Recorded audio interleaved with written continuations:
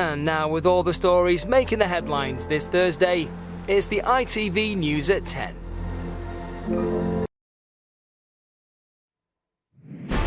Vladimir Putin breaks his silence over Yevgeny Prigozhin's death, sending his condolence along with a chilling message. I knew Prigozhin for a very long time, since the early 90s. He had a complicated life, and he made serious mistakes in life. The Wagner boss was among 10 people reportedly killed in a plane crash near Moscow 2 months after his failed mutiny. US intelligence tonight revealed they believe the ally-turned-critic was the victim of an intentionally caused explosion after he challenged the Russian president's authority. Also on News at 10. Donald Trump to surrender to a Georgia jail over charges he tried to overturn the 2020 election. The UK's asylum backlog hits a record high as the cost to the taxpayer doubles. And what time will you be home? In about an hour. Do not make me laugh. How AI is helping a stroke victim use her voice again after 18 years.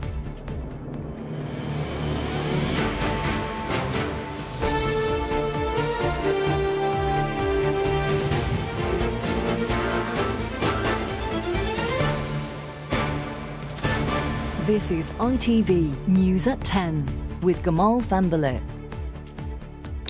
Good evening. As messages of sympathy go, what President Putin had to say about his one-time ally Yevgeny Prigozhin today was pretty harsh for a man he had known for 3 decades. Mr. Putin did offer his condolences to the families of all the 10 people who died in yesterday's plane crash north of Moscow, and he managed to refer to Mr. Prigozhin as talented. But the president also described the mercenary leader who'd mutinied against him as a man who had made serious mistakes. One of those might have been not being more careful about his travel arrangements. As for what caused the crash, US intelligence don't now think it was a missile, leaving the possibility it was something on board the plane. Russian investigators examining the remains of the jet, which, as far as we know, had been carrying Yevgeny Prigozhin and other senior leaders of his Wagner military group. Whoever was on board, none survived. Many blame President Putin for the downing of the jet. Today, at the start of a meeting, he spoke about the incident for the first time. As for this plane crash, he said, first of all, I want to express sincere condolences to the families of all who died. It is always a tragedy. He paid tribute to the Wagner employees on board, but then he added this. I knew Prigozhin for a very long time, since the early 90s. He had a complicated life, and he made serious mistakes in life. Whatever brought the jet down yesterday appears to have been sudden and violent. Witnesses describe an explosion. I saw the plane flying, she said, and then boom, it exploded in the sky. There was a sort of a bang, a boom, and that's it. Prigozhin himself has not been seen since this video published in the days before the crash. And this evening, the US military said they believe he was indeed killed, albeit not quite in the manner of some early reports. Our initial assessment is that it's likely Prigozhin was killed. We're continuing to assess the situation. We don't have any information to indicate right now. The press reporting stating that there was some type of surface-to-air missile that took down the plane. That we assess that information to be inaccurate. At Wagner's headquarters in St. Petersburg, mourners laid flowers. Putin's supporters in Russia blame Ukraine for the apparent assassination, but today the Ukrainian president rejected that. We don't have any connection to this situation, that's for sure, he said. I think everyone understands who is involved. Western governments have, so far, largely avoided attributions of blame, But the German foreign minister did say what everyone else was thinking. It's no coincidence that the whole world immediately looks at the Kremlin when a disgraced ex-confidant of Putin suddenly falls from the sky, 2 months after he attempted an uprising. Prigozhin's mutiny in June was a particularly flagrant challenge to the Kremlin's authority, which at one point seemed to enjoy some popular support, which could explain why, if indeed this is the response, it is so dramatic. This is the first time that Putin has, if he did it, which I'm pretty sure he did, carried out such a high-level murder with such blatancy. What it says about Putin's standing and power in Russia, rather contrary to what a lot of other people are saying, is I suspect it has reinforced it. We may never know exactly what caused Yevgeny Prigozhin's plane to fall from the sky yesterday, but it would be a surprise if his challenge to President Putin's authority is not the reason why. Carl Dinnan, News at 10. Well, Dan is in Washington for us this evening. And Dan, what more of the Pentagon saying about the cause of the crash and who might be to blame? Well, they've really just stuck to those two lines in that briefing that you heard in Carl's report there. They say that they think that Prigozhin was killed. Well, how do they know that? Well, we talked to one former CIA operative who said they'll be looking at a whole variety of sources. Things like the flight manifest, they may have been tracking his phone, and also the chatter from Wagner groups afterwards. How do they know that it wasn't shot down by a missile, which was the other line that they put out? Well, the US has a sophisticated network of satellites looking at Russia to see any kind of evidence of a missile launch, obviously in the event of a Russian attack, and they've obviously gone back through that imagery and seen no evidence of a missile flare in the area at the time. It's also interesting to note that the flight attendant on board, Kristina Raspopova, noted to relatives before takeoff that the flight had been unusually delayed due to a technical inspection, and there's a lot of speculation that perhaps this was the moment, the opportunity that some sort of device was put on board. It's unlikely there would have been mechanical failure, say experts. This type of aircraft has a pretty unimpeachable record. And as President Biden pointed out just yesterday, there's not much that happens in Russia that Putin's not behind. OK, Dan in Washington, thank you. Well, away from the political hub of Washington, supporters of former President Donald Trump have Georgia on their minds. Mr. Trump is on his way to jail there. No, there hasn't been a big development in the criminal case against him. Fulton County Jail in Atlanta is where in the next couple of hours he'll surrender to state on charges of election interference in the state of Georgia. That will involve being fingerprinted and in a first for an ex-president having his mugshot taken. Within the last hour, the former president arrived at New Jersey's Newark Airport, heading to Atlanta for his surrender. His fourth and final arrest amid 91 criminal charges being leveled against him. So we're gonna, It is now this city's turn to brace for the latest Trump legal drama. Police deploying around the county jail today, along with a scattering of the former president's ultra-loyalists. We love y'all. Some have driven hundreds of miles to be here and insist that even if Trump is convicted, even if he has to campaign for the presidency from behind bars, they will be by his side. They know Trump has a movement behind him, millions of people that will put him in the White House in 2024. They're scared to death of that. Even if he's in a jail cell? Even if he's in a jail cell. Trump supporters will not leave him. And they see no other Republican candidate to match Trump. There's nobody but him.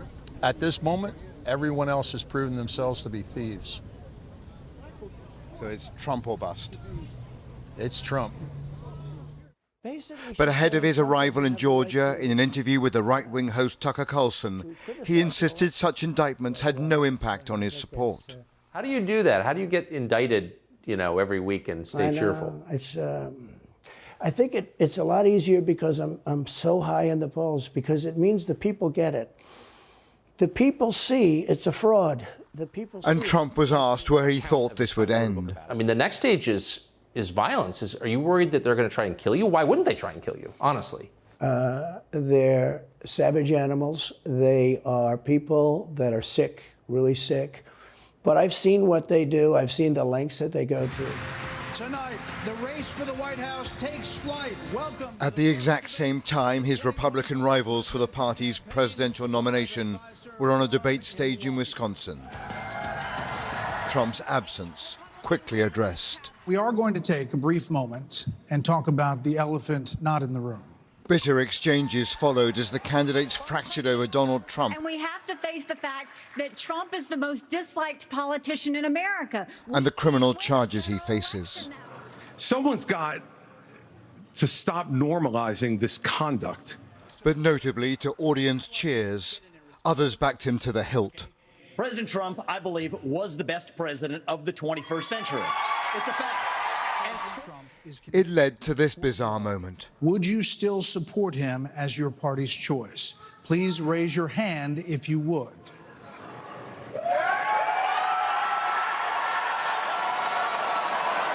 Candidates, including Ron DeSantis, the Florida governor, hesitated and looked confused.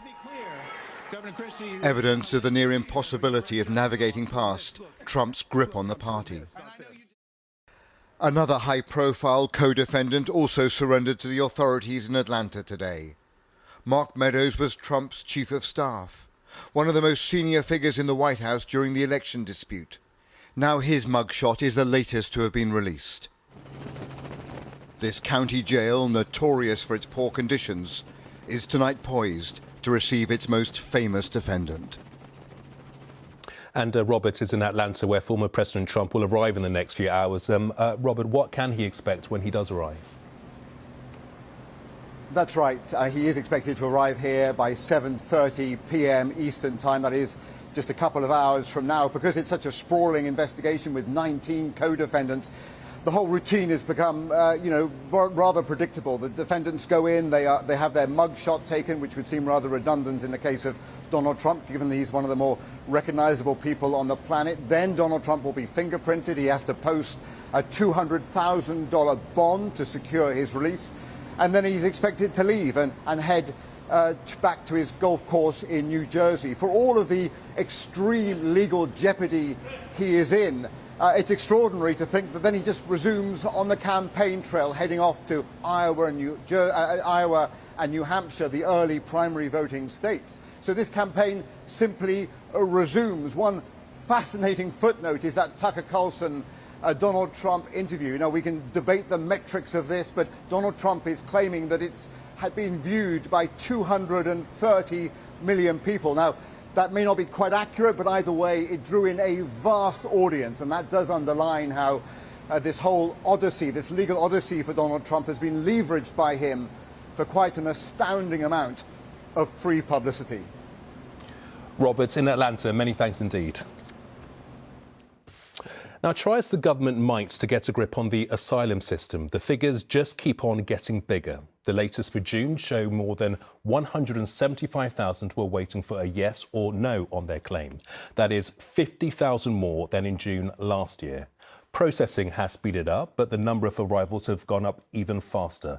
And the cost to taxpayers of dealing with the asylum crisis has almost doubled in a year, from £2 billion to nearly £4 billion. Stop the boats. Stop the boats. To stop the boats. Everybody knows one of my 5 priorities is to stop the boats. In case you didn't know, Rishi Sunak wants to stop the boats.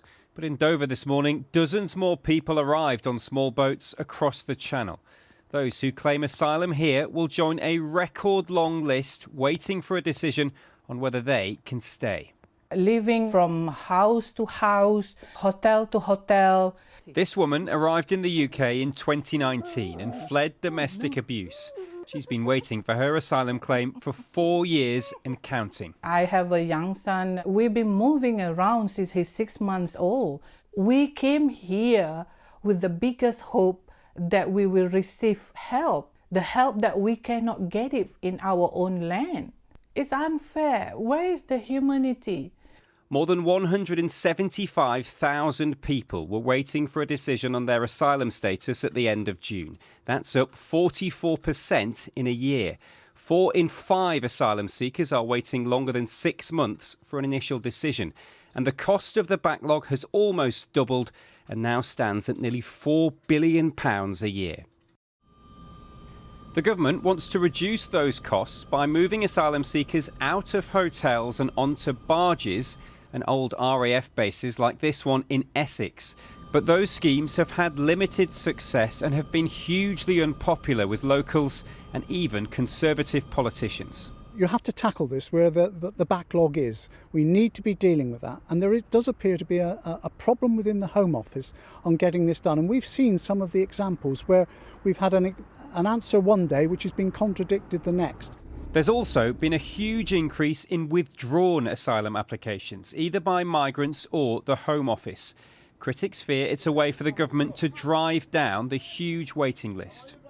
It's using this mechanism of withdrawing cases, it would appear, to ensure it can get through the backlog. Some might argue it's cooking the books. And those people whose claims are struck out of the system, what happens to those people? Where do they go? What it means is that the government loses track of potentially tens of thousands of people. It doesn't know where they are. It means that they can end up in the illegal economy. It means that they can be exploited and abused. The Home Office says its focus is to stop these crossings, which it says places unprecedented strain on the UK's asylum system. But today's figures suggest that strain is unlikely to ease anytime soon. Harry Horton, News at 10. After one of the worst miscarriages of justice anyone can remember, a review of Andrew Markinson's conviction for a rape he didn't do is the least he deserves. The government ordered one today. Mr Markinson spent 17 years in prison, yet evidence existed that could have cleared him early on in his sentence. The review will look at Greater Manchester Police's original investigation, the role of prosecutors and the refusal of the watchdog, the Criminal Cases Review Commission, to refer Mr Markinson's case for an appeal. Now, the levelling down of exam grades in England to pre-pandemic levels has meant the biggest decrease in top GCSE grades on record, though they are still above 2019 levels. The gap between the north and south widened. The gap between boys and girls closed. In Wales and Northern Ireland, marking has remained more sympathetic to the cohort of pupils whose education was disrupted by the pandemic. Mum, I got a 5 in English. For Chloe, the hard work has finally paid off, and she's achieved more than she ever dared to dream of. And I got a 5 in maths. These results are going to take a while to sink in. I never actually thought I'd pass English at all. I don't even know. Oh my gosh. This year, students were told to expect fewer higher grades because of a return to pre-pandemic levels of marking in England. But twins Keely and Georgina still managed to get 8 grade 9s between them. You worry about the comparison, because even though you try not to compare, it's there's always competition. It's obviously a little bit tougher this year because the grades that we'd normally expect we didn't get, but we was expecting that. We're happy with what we did get. We're happy with how hard we worked. In England, Wales and Northern Ireland, just over 22% of students got a grade 7 or above, the equivalent of an A. But that's down from 26.3% last year and lower than 28.5% in 2021 when students didn't sit exams. For those collecting their results today, the next step is to study at the sixth form centre, maybe take a college course or even an apprenticeship. But 60% of the students that study here are classed as disadvantaged, and there's a real concern about attendance rates that fell during the pandemic and have struggled to recover. We look at the challenge of mental health, which we can link to attendance. We have a role to play, but we're not the best placed people to offer that therapy, to offer that diagnosis, and to put with that, we need to be looking at where the support surrounding the schools and surrounding those young people is coming from, and at the moment that's lacking. The Education Secretary for England says the government is providing extra help for schools. We've put £5 billion into catch-up. Nearly 4 million catch-up tutoring courses have been taken. That's a lot of catch-up that people have done, and you see the evidence of the catch-up in the results today. The link between good GCSE grades and high attendance is undeniable. All the sciences I got 9s in. Just seeing these results shows that I can do practically anything that I put my mind to. And it's only by reversing the worrying decline in attendance post-pandemic that schools can hope to climb the league tables. Stacey Foster, News at 10, Solihull. Police trying to work out what on earth went on at the Crooked House pub in Staffordshire that left it first in flames and then in ruins have made 2 arrests. It burned down nearly 3 weeks ago. The 2 men arrested are suspected of arson with intent to endanger life. One is 66 and lives close by in Dudley. The other is 33 and comes from Milton Keynes. Now, England may not have won the Women's World Cup, but there has been one smaller victory for fans of the Lionesses to celebrate. The sportswear company Nike has finally decided it will, after all, produce replicas of hero goalkeeper Mary Earps' shirt for fans to buy. Better late than never, some may say. Earps had already said it was hurtful they weren't available. Nike now says a limited number will be made available and admitted it hadn't served its fans well. In other words, they've been twerps about Earps' shirt. But for the players, there are few regrets about what went down under. Team from World Cup glory. And coming so close and not being able to kind of clinch that final bit of success at the end. I came back into the change room and the music was very, very low. And I was just like, you know what, we've just kind of mentioned to one of the girls, we've just achieved something incredible, and obviously everyone needs to process that differently, but as much as we lost, for me I felt like it should have been a celebration, and I think very quickly it did turn to that. How hard is it just to say sorry? I think that's something that would have gone a really, really long way to just recognise that actually not putting the goalkeeper jerseys out is not okay, and apologising for that I think would have gone such a long way. Although it was, for me, that's just one of the most unacceptable things I've ever seen for Spain. What will you take away from this tournament? How will you reflect on it in the years to come? Right now, all I feel is just ultimately like kind of happiness and pride for what we've achieved. The togetherness that I felt within that team was so special from every single player. Much for what he'll be doing here, but what he won't. He's flying in without Meghan for an award ceremony on September the 7th for the Well Child charity, of which he is a patron. He'll then head to Germany for the Invictus Games. So Harry is unlikely to see either his father, King Charles, who'll be marking the anniversary quietly at Balmoral, or his brother, Prince William. On the subject of travel and indeed the King, his postponed trip to France will now take place next month. He and Queen Camilla were supposed to make France their first state visit back in March, but rioting across the country put pay to that. Buckingham Palace says they'll now go to Paris and Bordeaux in a month's time. The couple ended up making their first state visit to Germany. Chicks, but the spring ice melt is now happening before the baby penguins have developed their waterproof feathers, threatening the survival of the species. The scientists say, based on current warming trends, more than 90% of emperor penguin colonies will be extinct by the end of the century. The plight of penguins is becoming increasingly desperate. Their numbers have dropped by 50% in some places, and it's a slippery slope. The climate crisis is driving the dramatic loss of sea ice, which is vital to penguins. Now, research suggests emperor, the largest species of penguin, is facing an unprecedented crisis, with many of their chicks unable to survive.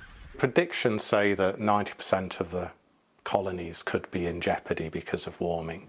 So that is very concerning, obviously. So we'd expect numbers to contract into the colder regions, such as the Ross and the Weddell Seas, and across much of the continent, the more northerly coasts of the continent, emperor penguins might well disappear.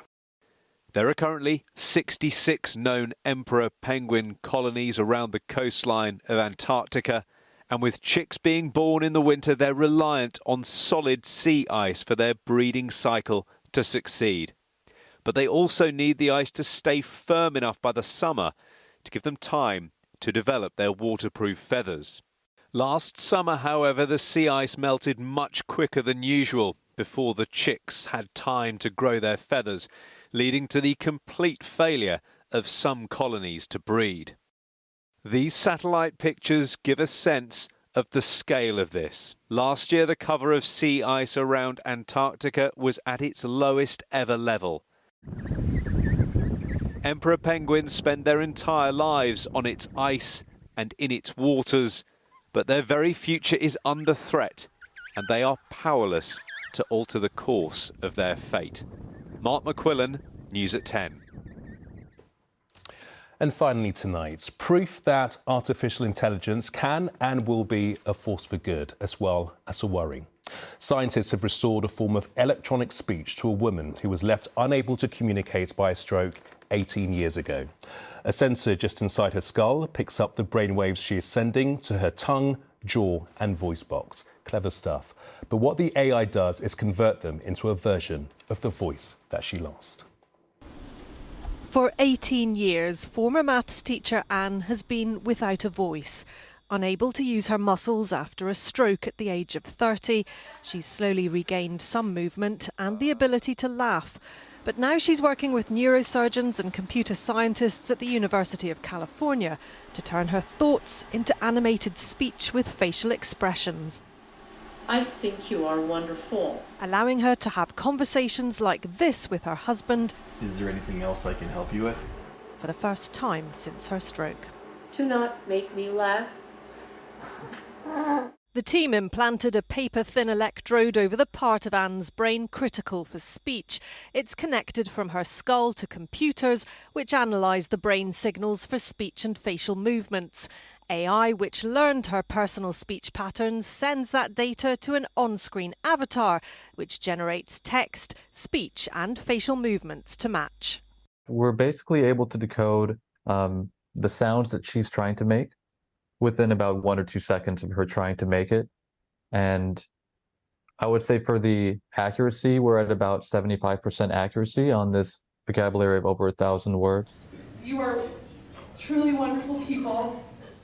Using Anne's wedding video, the team were able to personalise her computer-generated voice, and she's spent weeks training the brain-computer interface. What do you think of my artificial voice? At 80 words per minute, it's a significant upgrade on her current system of painstakingly spelling words letter by letter. They're yet to develop a wireless version of the technology, but with her new voice, it's given Anne hope she could one day become a counsellor to support other people going through physical rehabilitation. Anything is possible. Martha Fairley, News at 10. Truly remarkable and fascinating stuff. And that is it for this evening. We will see you again at 10 tomorrow. But from all of us here, many thanks indeed for watching. Do have a restful evening. Bye-bye.